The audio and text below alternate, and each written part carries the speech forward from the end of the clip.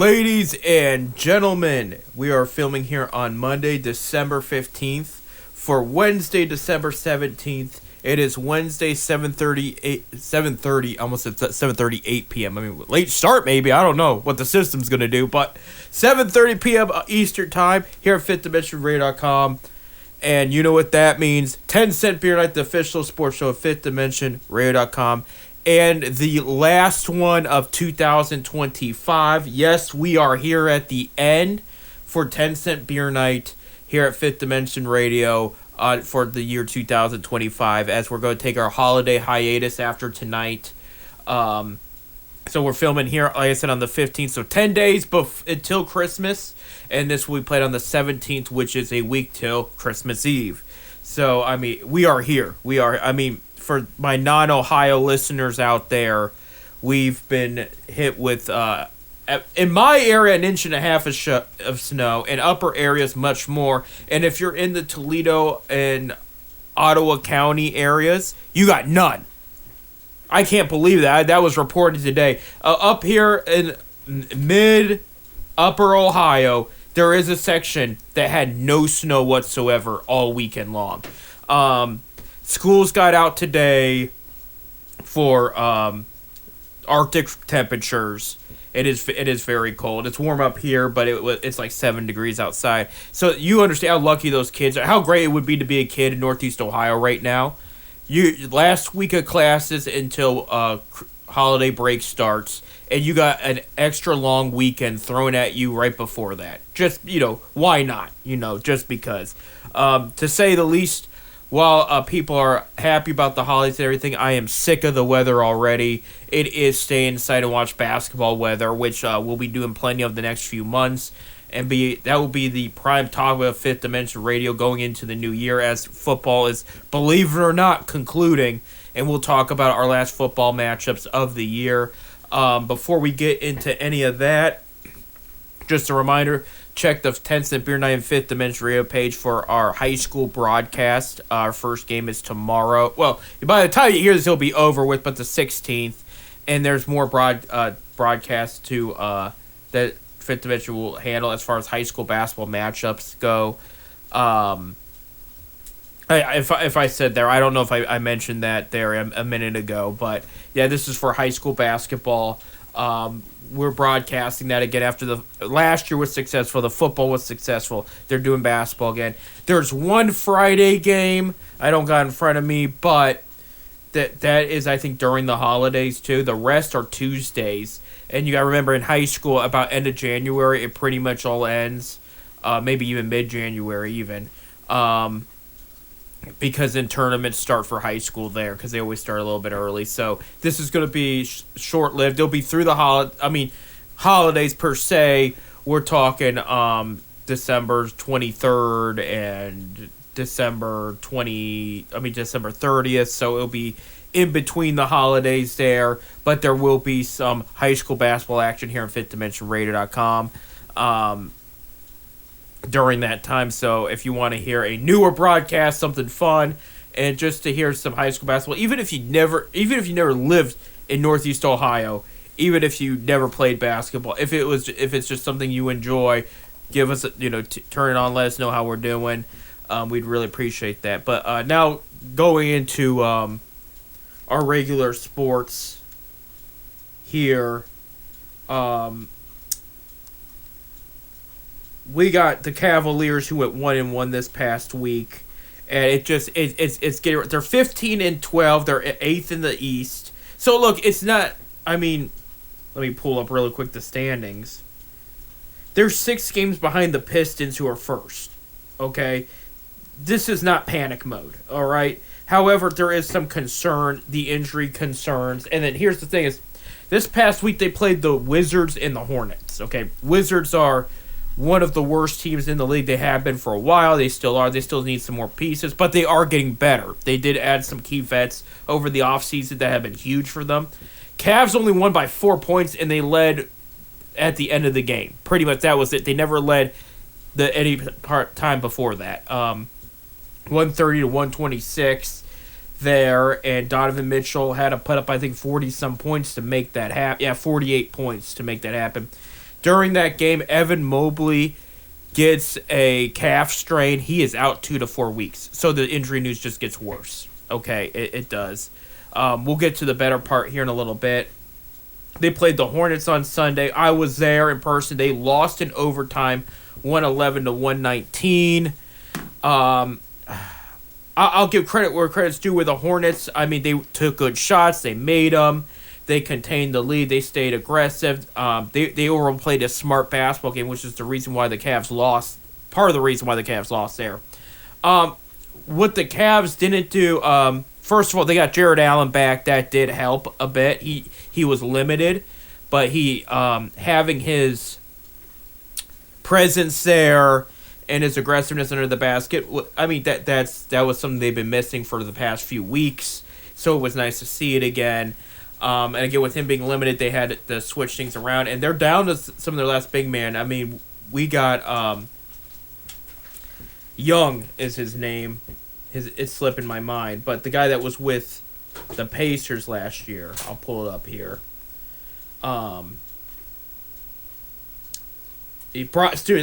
Thomas Bryant, not Young. Excuse me, I forget who I was thinking of. He's the only big guy off the bench. I mean, you do have Dean Wade with good size. You have Hunter that can play power forward as well if need be. And you have Tomlin, who also has got good size, has been playing overall well of late. And so you can work that around Bryant, as a center.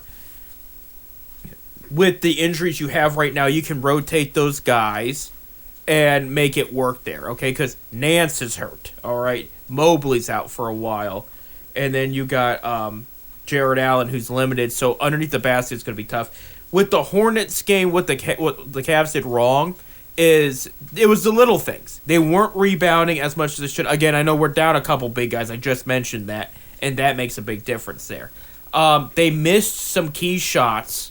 Their overall shot, I've complained earlier in the season that it just has just not been good. They need some better shot IQ. They need to take some better worthwhile shots. Yesterday was not bad in that category. It was just more, they weren't making it. Allen missed 3 dunks. He had 3 big slams trying to pump the crowd up, trying to poster some guys, and he missed them. There was a couple, I won't say it was wide open, like they weren't the easiest layups, but they're shots that pros should be able to hit that were missed yesterday. Defense was a little bit better. We need to see the defense step up. But I thought as far as getting steals and disrupting the pass, they did much better yesterday than they've been in weeks past.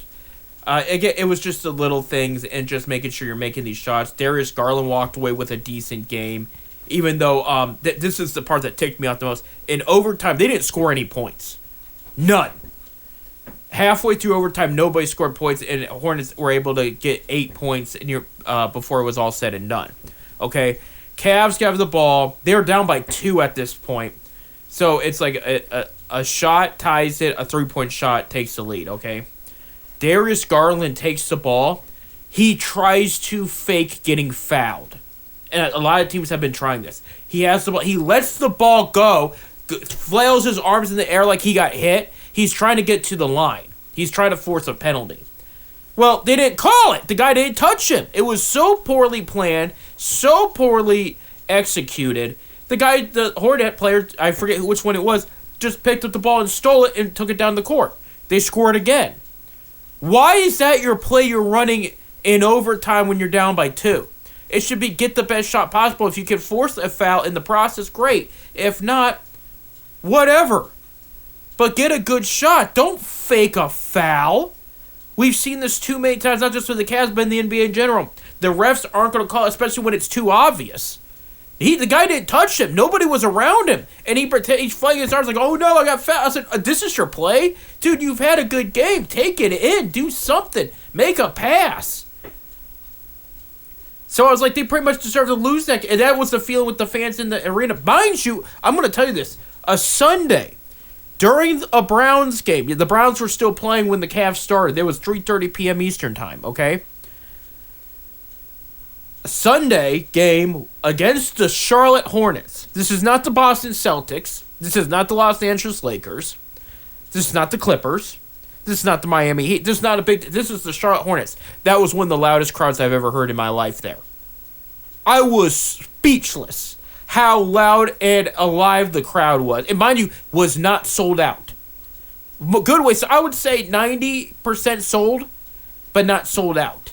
There was some seats obviously empty, okay? Sections, I should say. But I would say there was a great crowd yesterday, but how loud and lively they were, it was impressive.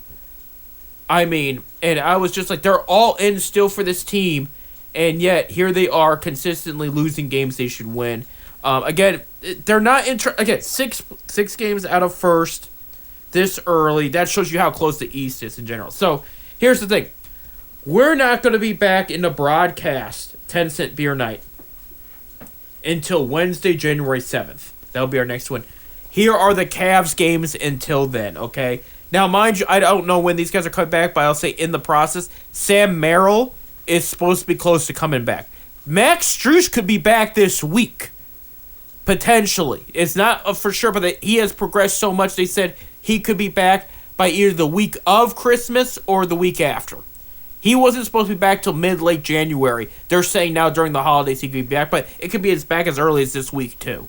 So let's just say he's not, just to be a little realistic, but we'll say like, hey, maybe next week he will be. What are the Cavs situation this week? This week is Chicago week. Because Wednesday they're in Chicago. It's on FanDuel 8 p.m. So this it will be on during the middle of this show. So they'll be in Chicago there. Friday, they're at home against Chicago. It's on FanDuel, 7:30 p.m. on Friday. That is it this week. They only have 2 games. So a little bit more rest, a little bit time to get refocused. And they should sweep this team. They have Chicago hates playing Cleveland. Cleveland's just had their number for a while. Even when they were rebuilding, Cleveland found a way to win. So they should beat this team here. I say anything less than a sweep is disappointing. Even if they go 1-1, that's a little disappointing. Build some momentum. Let's get the sweep this week against the Hornets. The Bulls. But speaking of the Hornets, let's go into the next week. We're going on Christmas week now. Monday, December 22nd, at home on Peacock and FanDuel. The Hornets come back to town. Get revenge. Get it done. That's a team you should beat as well. A team with Hornets have some solid talent. But they have a losing record, and there's been some stuff going on off the court. Everything, Melo Ball, talking about potentially asking you for a trade out of Charlotte there, which I mean that's their best player. So if your best players complain like that, things are not good. So I mean this is a team they should beat. So Monday, December 22nd, they're at home against the Hornets. Monday, December 23rd, yours truly will be there. The Pelicans come to town to Cleveland. That's another game they should win. Pelicans are talking about cleaning house. They're talking about trading away everybody and rebuilding. Their last rebuild has not worked. I'm wondering if David Griffin is going to lose his job over there. Just have not really gotten anywhere since he's been there. That's 7:30 p.m. on FanDuel there. Thursday on Christmas. Get up, unwrap your presents, get your coffee ready, have some Christmas brunch, because at noon the Cavs are at the Knicks, and we've had this game circled for a while. Games on ABC and ESPN Plus. Knicks are 1-0, I believe, against Cleveland. I'll look that back up for you real quick because it was earlier in the year. Yeah, 119-111, the exact same score as last night's game against the Hornets. That's funny. Yeah. So they'll play the Knicks there. Saturday, December 27th, they're at Houston. That game is on FanDuel. They'll play the Rockets there. Rockets are 1-0 also against the Cavs. That week, if they go 2-2, I'll take it. Anything better than that, I'll take. Anything less than that is going to be a problem. All right. Go into New Year's week, Monday, December 29th at the San Antonio Spurs. That's on NBC and Peacock. Cavs are 1-0 against the Spurs. I actually attended that game a few weeks ago. If the Spurs are healthy, they are going to be much tougher. They did not have Stephon Castle when they played them. They did not have Victor Wembanyama when they played them. Now they've had those guys back, and they're they advanced in the NBA Cup. They beat the Thunder. The Thunder had a 25-1 start. Now they're 25-2 because of the Spurs. So that one could be tough. Okay, I'm just especially if we're weak under the basket, if Allen's still not up to par to play and Mobley's not back, because in the defense of the Cavs trade, it's at 2 to 4 weeks, so this would be 2 weeks by then. So there's a chance Mobley could be back, but we're not going to bank on it. It could get tougher. It could be way tougher. Wednesday, December 31st, New Year's Eve. They are in Cleveland on NBA TV FanDuel, 3:30 p.m. against the Phoenix Suns. Their former assistant coach Kevin Ott comes back to town. Suns are doing all right. Again, this is a new. It's sort of rebuilding, sort of not. They're going a different direction here, but they're by not any means are they a bad team. I'm gonna pull up the West. They're 14-12. Okay, they're a game. They've played one less game than the Cavs right now. Cavs are 15-12, and they're right now the Suns are 7th place in the West. So, team you got to take seriously there. So the schedule's getting a little bit tougher going into the new year. Then still on New Year's week, Friday they're still at home. FanDuel 7:30 p.m. against the Nuggets. Yeah, this holiday season's gonna get a little tough on the Cavs here. Okay, they'll play the Nuggets. They did sweep the Nuggets last year. Okay, Sunday, January 4th, at home, they play the Detroit Pistons 2 p.m. on FanDuel. Okay, Detroit's number 1 in the East, but Cavs are 1-0 against Detroit, and Cavs have had their number for the past decade. So with Cavs at home, Cavs beat them in Detroit, by the way, the one game they played.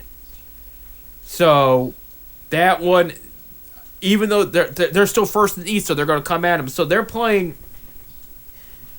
from now until next 10-cent beer night. They're playing Chicago back-to-back, which is a lower seed East team right now. Let me see where they exactly are. Yeah, they're 10-15. Okay. Then they're going to go play Charlotte again, who are losing. Pelicans, who are losing. Knicks, who are doing very well. Rockets, who are doing very well. Spurs, that are doing well. Suns, that are doing predominantly well. Nuggets, that are doing well. And Pistons, that are doing well. So this is going to be a test. If the Cavs want to regain confidence in not just the city, but in the NBA, they got to win the majority of these games here. They just have to. I am here because people are talking about the trade rumors and all that, and we'll end on that note because this first segment's wrapping up. I am hearing they are not interested in blowing things up. They're not interested in moving key pieces yet. They want to see everybody healthy and back to where they need to be because they think they can play better than what they've been. It's just the injuries are piling up like crazy, and it has been bad. So in their defense, and even in their losses, some of these games have not been bad. So I got to take a break. When we come back, college football game days, Major League Baseball hot stove, college basketball, it's all heating up, and we have to cover a couple weeks of shows because we're not here due to Christmas. We'll be back.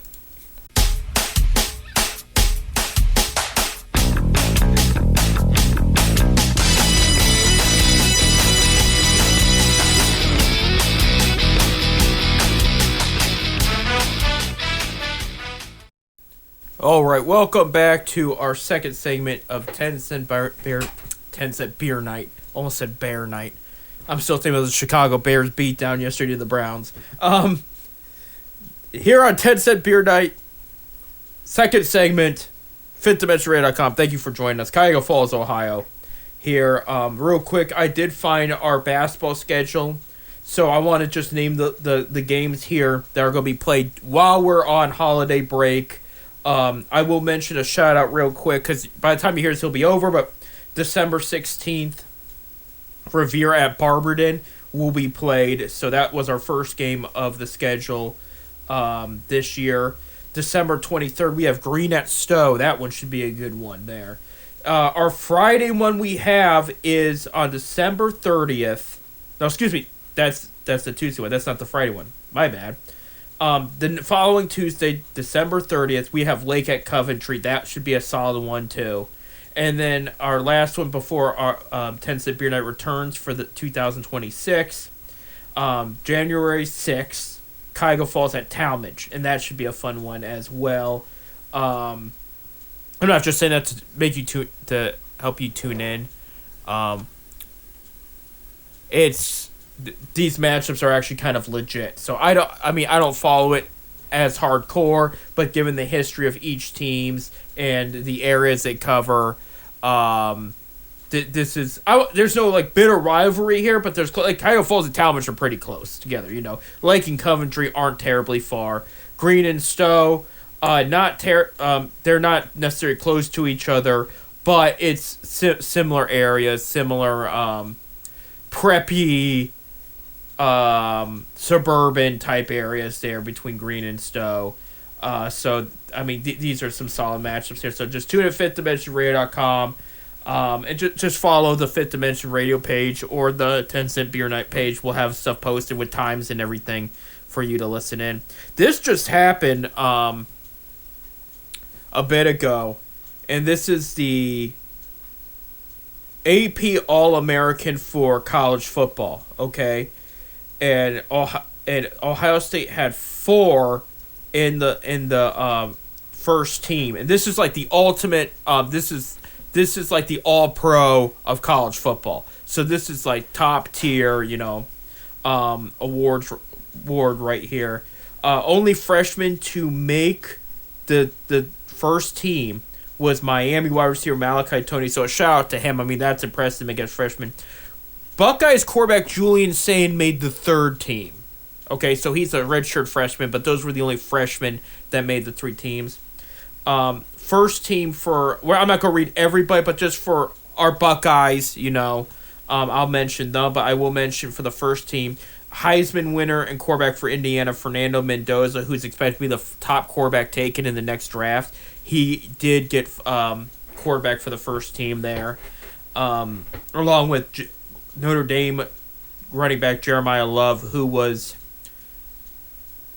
also in the Heisman running as well. But for Ohio State players that made the first team for All-American, you have wide receiver Jeremiah Smith, sophomore there. Of course, he's been looked as the best wide receiver in the nation. He did not win the award, though. Mackay Lemon out of USC won the top wide receiver award for this year, and he was very, very impressive, I will say that. Ohio State junior defensive tackle Caden McDonald made the first team. Ohio State linebacker RVL Reese Jr. made the first team. And Caleb Downs, junior safety for Ohio State, also made the first team there. I'm looking to see. I'm always looking out for the MAC, but I don't see any MAC for the first team, which I did not expect for the record. So don't sit there and be like, I can't believe you see that. I do see some Navy. I do see some Western Kentucky, but nothing on the MAC for the first team there. For the second team, for Ohio State, you have Carnell Tate, junior wide receiver. There, he made the second team. By the way, Malachi Tony made the second team too. That Miami freshman, it wasn't the first team, so that's my bad. There for defense, you have senior linebacker Sonny Styles, who I thought would make the first team. He made the second team there. And that's it for Ohio State on the second team. For the third team that's come over, I mentioned Julian Sayin made the third team. Okay. And then you had Caden Curry, senior defensive end for Ohio State, made the third team there. So there's going to be a lot of good defensive players probably coming out of Ohio State in the draft, which there usually are, but I think this one's going to be we're talking more first, second, third round picks this year, as far as Ohio State and draft picks go for this season. And some of them might even stick around. Caleb Downs, we're assuming he'll be back, but if they hypothetically win the championship or fall short of it, he might make a case to come back. This guy likes to be part of winning programs and whatnot. He is a junior. He could stick around for a senior season there and maybe even up his draft. He's already a top 5 pick, but he could be a top 3 within the next year as long as he stays healthy and whatnot. So, bowl games for until we come back from 10 Cent Beer Night. Again, this does not include all the games here. This past week, by the way, we had the Celebration Bowl, which, hold on. Let's see. We had the LA Bowl, which Washington beat Boise State 38-10 in. We had the Celebration Bowl, which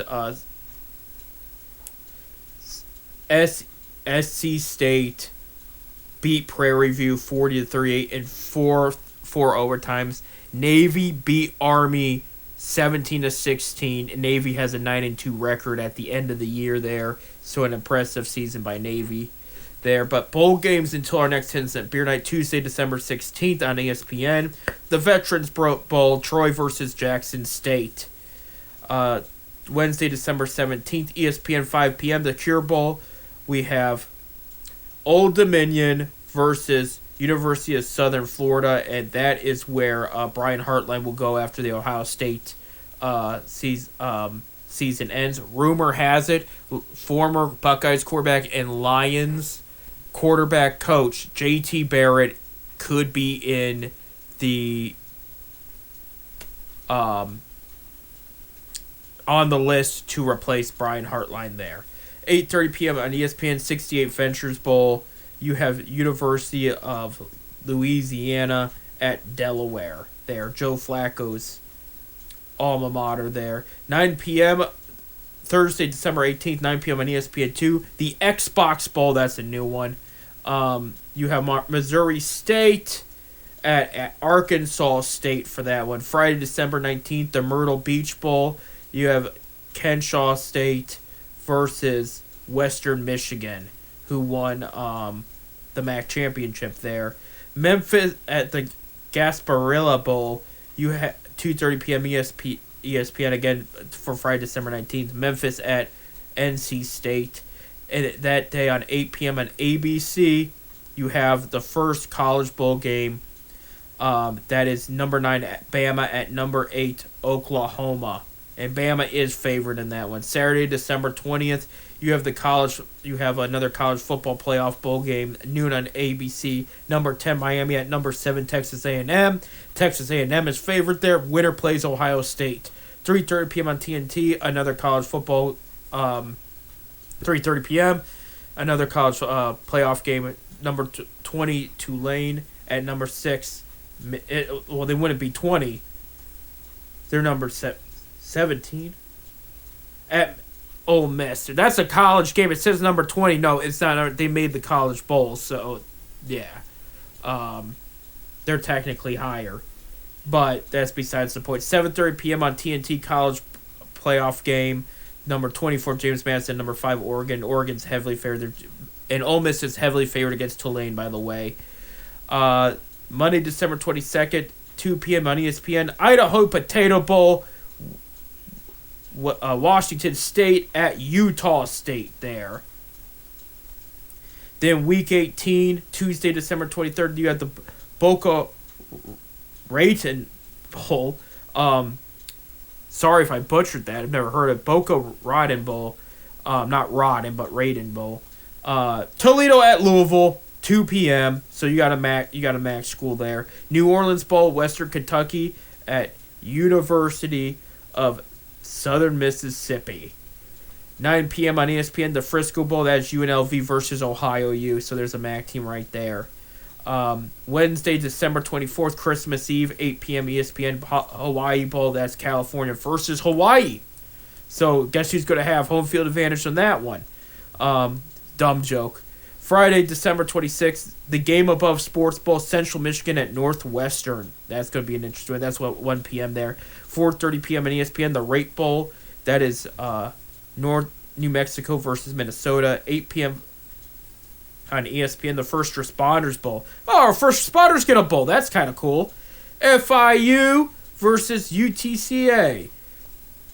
And then Saturday, December 27th, 11 a.m. ESPN, our Military Bowl, which is Pittsburgh at East Carolina,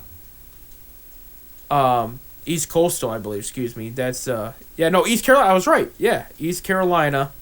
That's the alma mater of the one Guardian starting pitcher I can't think of right now. But yeah, that's where he's from. I could get back to that later. There, noon on ABC, the Pinstripe Bowl. They named one after the New York Yankees. Penn State at Clemson. 2:15 p.m. ESPN. The Fenway Bowl. I think it's at Fenway Park. UConn versus Army. 3:30 p.m. on ABC. The Pop-Tarts Bowl. Georgia Tech at BYU. 4:30 p.m. on the CW. The Arizona Bowl. Miami of Ohio at Fresno State. 4:45 p.m. on ESPN. University of North Texas versus San Diego State at the New Mexico Bowl. 7:30 p.m. on ABC, the Gator Bowl, University of Virginia at Missouri. 9:15 p.m. ESPN, LSU at Houston, and that is the Texas Bowl. Monday, December 29th, the Birmingham Bowl, which is Georgia Southern at Appalachian State. There, against Appalachian, not at there. And then our last bowl games outside the college play. So I'm not naming round 2 and whatnot because those haven't been decided. But watch out for those schedule changes as well. Week of New Year's, 2 p.m. ESPN. You have the Independence Bowl, which is Coastal Carolina at LA Tech. 5:30 p.m. on ESPN, the Music City Bowl, which is Tennessee at Illinois.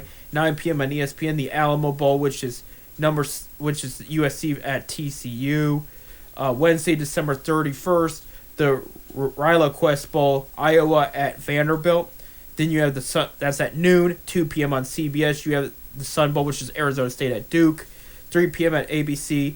You have the Team Up North at Texas for the Citrus Bowl. And Team Up North needs all the good vibes they can possibly get with all the situation that's going on there. Oh my gosh, we don't have enough time to talk about that today. But just be glad. I will mention Cleveland Browns offensive coordinator Tommy Reese is on the wish list for that job, by the way. I will throw that one out there. But other than that, we're not touching that one today. Go Texas. Beat up the Team Up North. Make everything worse. 3:30 p.m. Las Vegas Bowl, ESPN. Nebraska at Utah. And Utah's losing their coach. He's going to resign. Friday, just January 2nd. So entering our second day of 2026. New year, new you. Yeah. Okay. Armed Forces Bowl, Rice at Texas State, 1 p.m. on ESPN. 4:30 p.m. on ESPN, Liberty Bowl, Navy at Cincinnati. 8 p.m. on Fox, Holiday Bowl, Arizona at Southern Mississippi. And 8 p.m. on ESPN, Wake Forest at Mississippi Bowl, Duke's Mayo Bowl. Excuse me, not the Mississippi Bowl. Wake Forest at Mississippi State. That's the Duke's Mayo Bowl. That is it. So as far as the playoffs go, just look out for it because this week you have, again, on Friday, Alabama versus Oklahoma. Winner will play number 1 Indiana. That is the only Friday game for Saturday. You have University of Miami at Texas A&M. Winner plays Ohio State. Tulane versus Ole Miss. Winner plays Georgia. And then James Madison versus Oregon. Winner plays Texas Tech. And then those matchups will be announced after first round 1 is over, and then the quarterfinals are set, and then they'll announce times for that. So watch out for that. But that's all the bowl games there. We got a couple minutes left. Men's basketball. Once my app could work. For the Zips. This past week, they did lose to Murray State 100-115. Murray State, a solid basketball program. This isn't one to hang your head down on. It's one of those, they played a solid team. Take the loss, learn from it, and move on. Okay? So, for the Zips, until we come back, Zips basketball, men's basketball, until we come back here on 10 Cent Beer Night, Friday, December 19th, ESPN Plus on 7 p.m., they will play their first MAC matchup of the season, Eastern Michigan and Akron. That should be a fun one. Eastern Michigan did improve from last year, so we'll see what it's looking like. Let me pull up the standings real quick. Eastern Michigan 6-5 outside MAC play. Not bad. So they got to watch out for that. Monday, December 29th, 7 p.m. in Akron, they play Concord, so another small school outside the conference there. Saturday, January 3rd, they're at Miami of Ohio, 3:30 p.m. on ESPN Plus. So look out for that one. Tuesday, January 6th, they are in Akron against Central Michigan, 7 p.m. on ESPN Plus. Central Michigan tends to play them tough. So just, and Miami, Ohio will play them. That was the MAC championship matchup last year, and Zips got their revenge against Miami for what happened back in 2007. So things are going to start to heat up and test the Akron Zips men's basketball team. But right now, as they stand outside of MAC play, they're 8-3. Miami of Ohio is 10-0. Probably have not played the teams Akron has played right now, but in Kent State and Buffalo are 9-2, and that does not include MAC play. University of Massachusetts is tied with the Zips at 8-3, and they did beat UMass. Did beat, I think it was Boston College this past week. It was a Massachusetts matchup. So UMass is way better in basketball than they are in football. Okay, and then for Ohio State men this past week. They did lose last Tuesday, number 13 Illinois, 80-88, a hard-fought game there. Against West Virginia in Cleveland, they won it in double overtime, 89-88, hit the game-winning shot with 3.3 left. So there you go. Saturday, sit until our next 10-cent beer night for Ohio State men's basketball. Saturday, December 20th, we got a big one, 3 p.m. on CBS, number 14 North Carolina at Columbus against Ohio State. That's going to be a good one there. Tuesday, December 23rd, Big Ten Network, 2 p.m. Grambling State comes to Columbus. Friday, January 2nd, 8 p.m. on Peacock. They start more conference play as they're at Rutgers. And then Monday, January 5th, at 6:30 p.m. on Fox Sports 1. They play ranked right now, number 23, Nebraska. So Ohio State's schedule is about to get a little tougher, so they'll get tested, but it should be fun to watch there. I got to take a break. When we come back for our last segment, we'll talk a little baseball. I want to do it with Bob. He's not here today. He had a prior commitment. We'll talk about that and then the rest of the Browns season. Thank God. That and more. Stay tuned.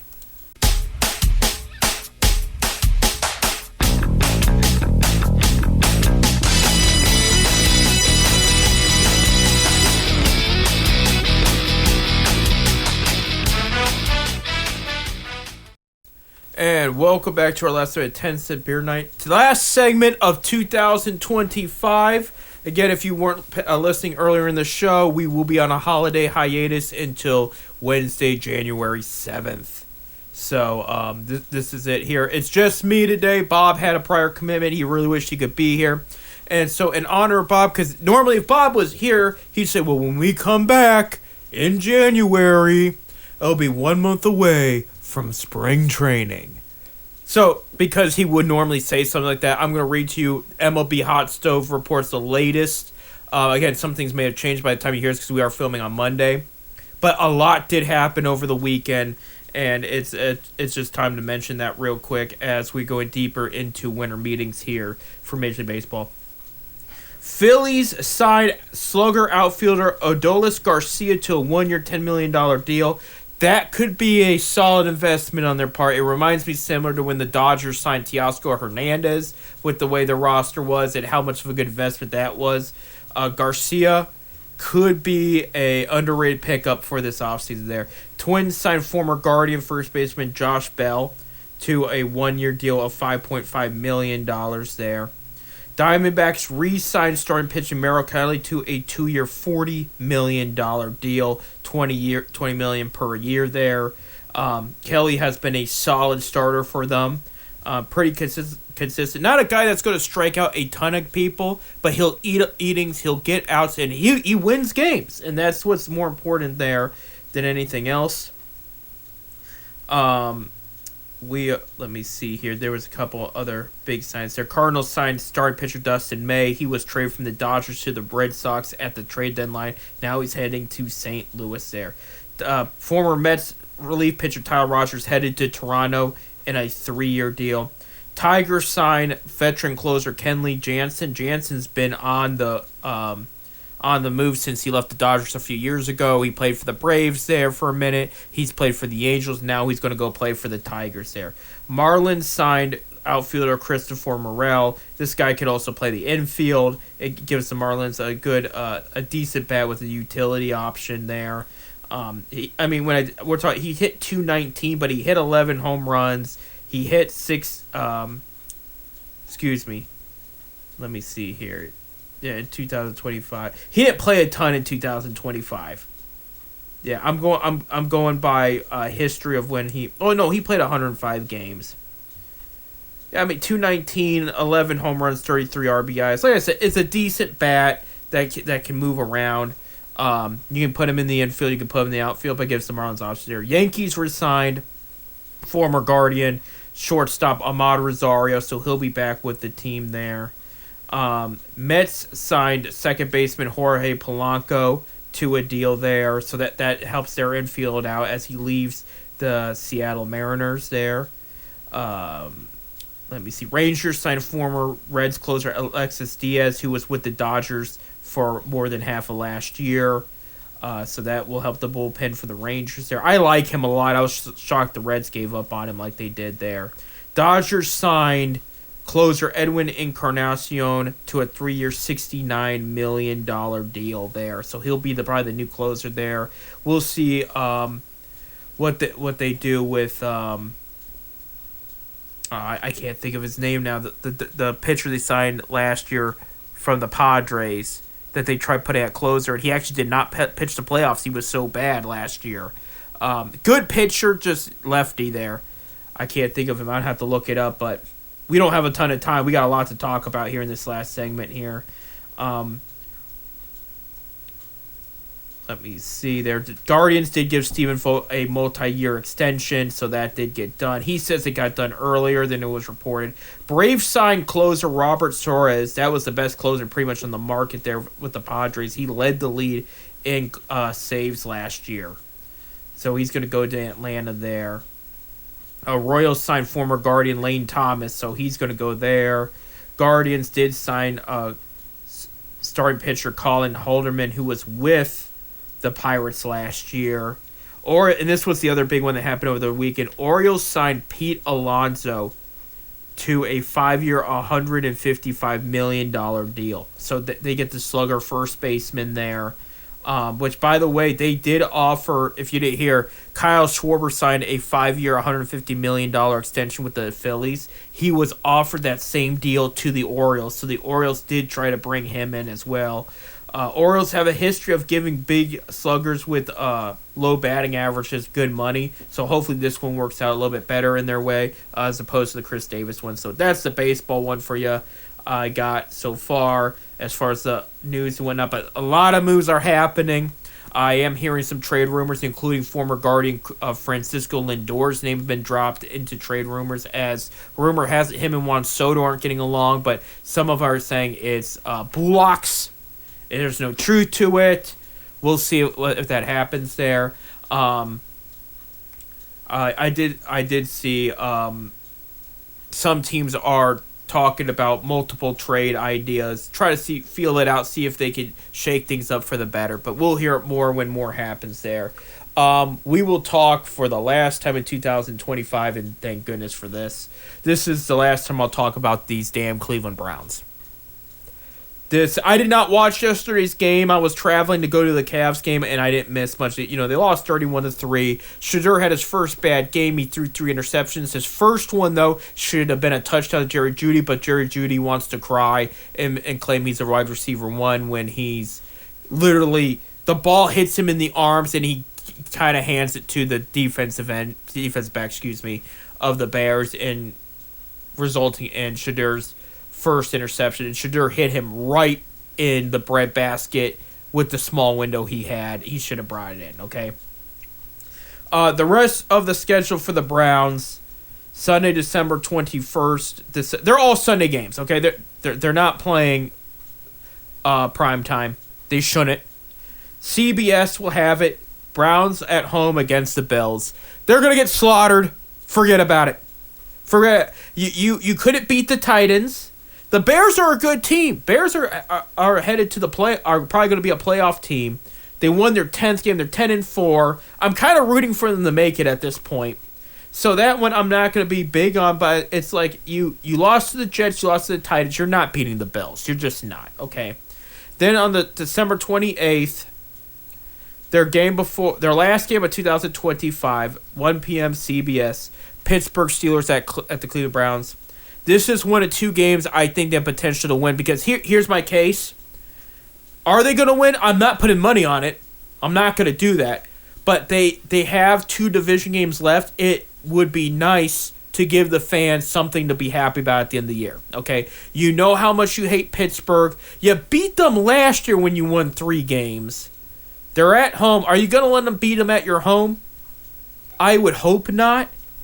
I think it could be a good game. But we'll put it this way. I would like to have... I'm just not banking on it. I think it's going to be a close game.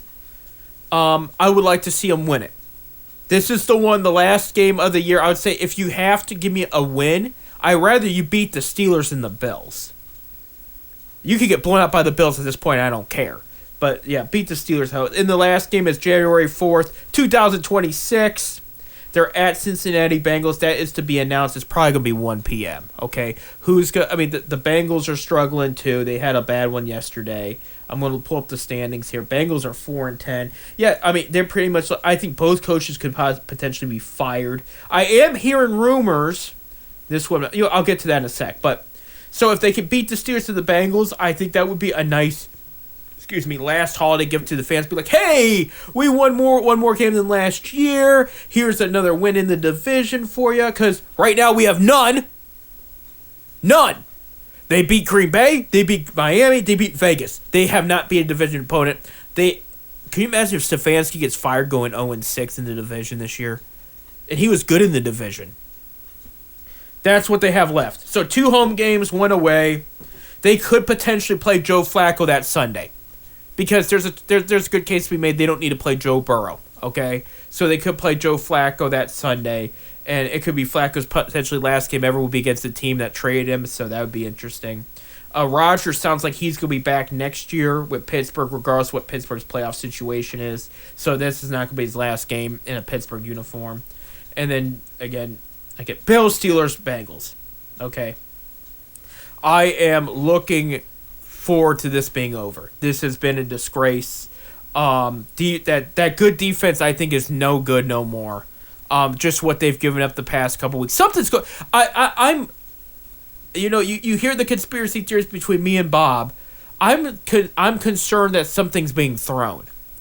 Because there's been calls that have never been made before. And I'm not talking about the offensive side, because Tommy Reese is calling plays now there, so things are a little different. The 2-point conversion in the Titans game threw me off still. And Atlanta did it this past week, got away with it. They did not. The conversion was not successful, but they ended up pulling it out, winning the game. But they did the same thing. They didn't need to do it, and they went ahead and did it anyway. And it's like, if you're successful, you're a genius. If you lose, if you mess up, you're a moron. And that's why we're here. And then here's where it gets interesting, ladies and gentlemen. Okay, this team is a good offseason because we have some good defensive parts. It needs more, okay? Our quarterback needs an offense and running back. I like the running back room. There will be a new addition somewhere because Ford is on contract here, and I don't think they're bringing him back.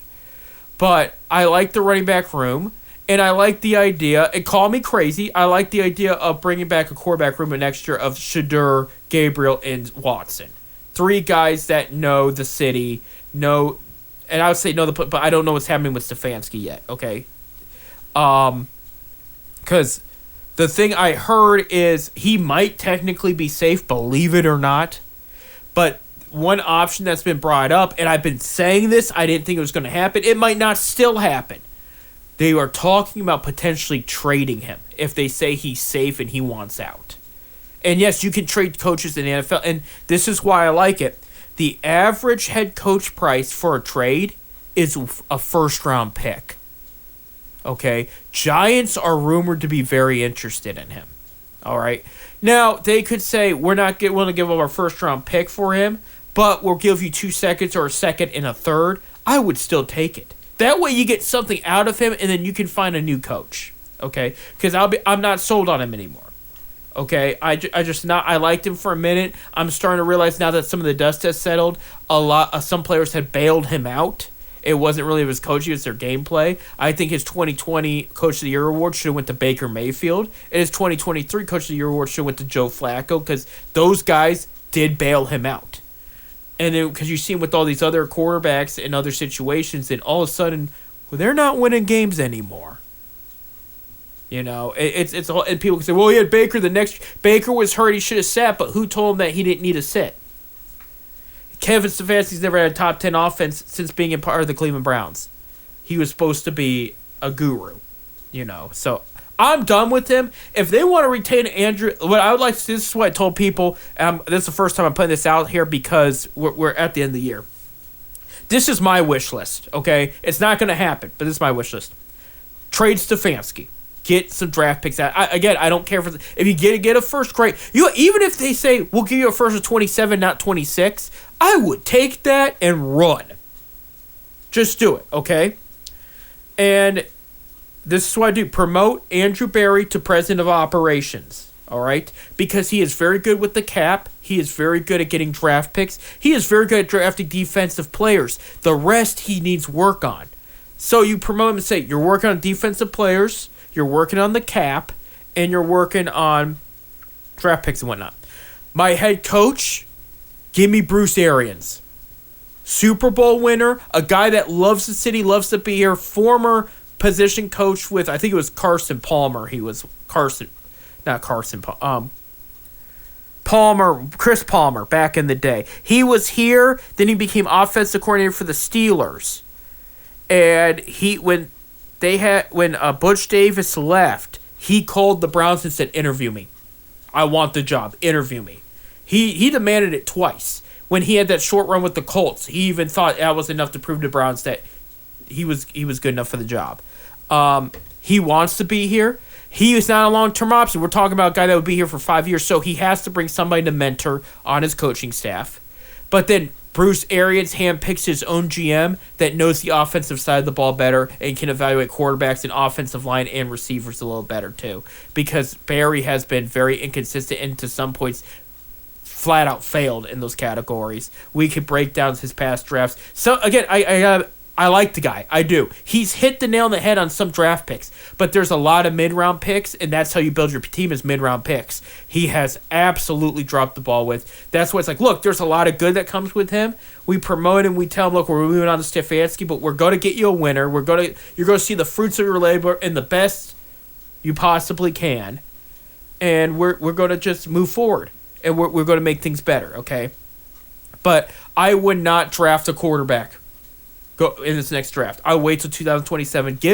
Let Shedeur and Gabriel prove themselves for another year. You have Watson. So he's expected to stay, which has made me wonder if at least Barry is safe in this situation if they're making those kind of calls this early. And the thing why I bring up with the quarterback thing and why that needs to happen is, well, one, I am sold on Shedeur's potential. I'd rather give him a year. I'm not saying 10 because I hate seeing all this losing, but if they went 7 wins next year, and, well, I know that's not great. That's 7-10 record, all right?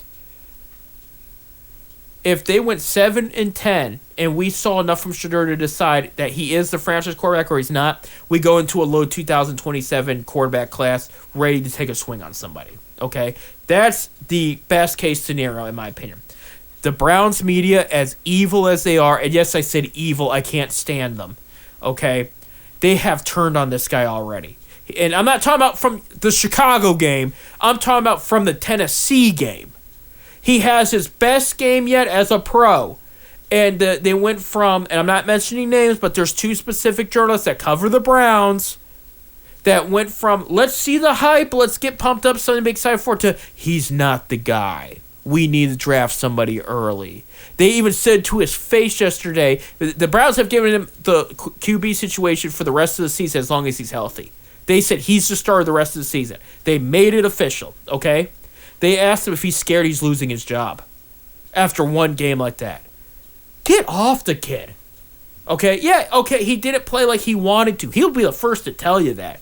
But he also made some great throws out there, only pro quarterbacks make. And he also had a few throws that could have been, had the receivers been better, in tight windows, brought in and been bigger gains or even touchdowns. Okay? This Bears team is not a bad team. He lost to a good team. All right? It wasn't his fault we lost to Tennessee. He was the reason we beat Vegas. Get off his back. He's got Buffalo next week in the cold in Cleveland. Let's see what he does.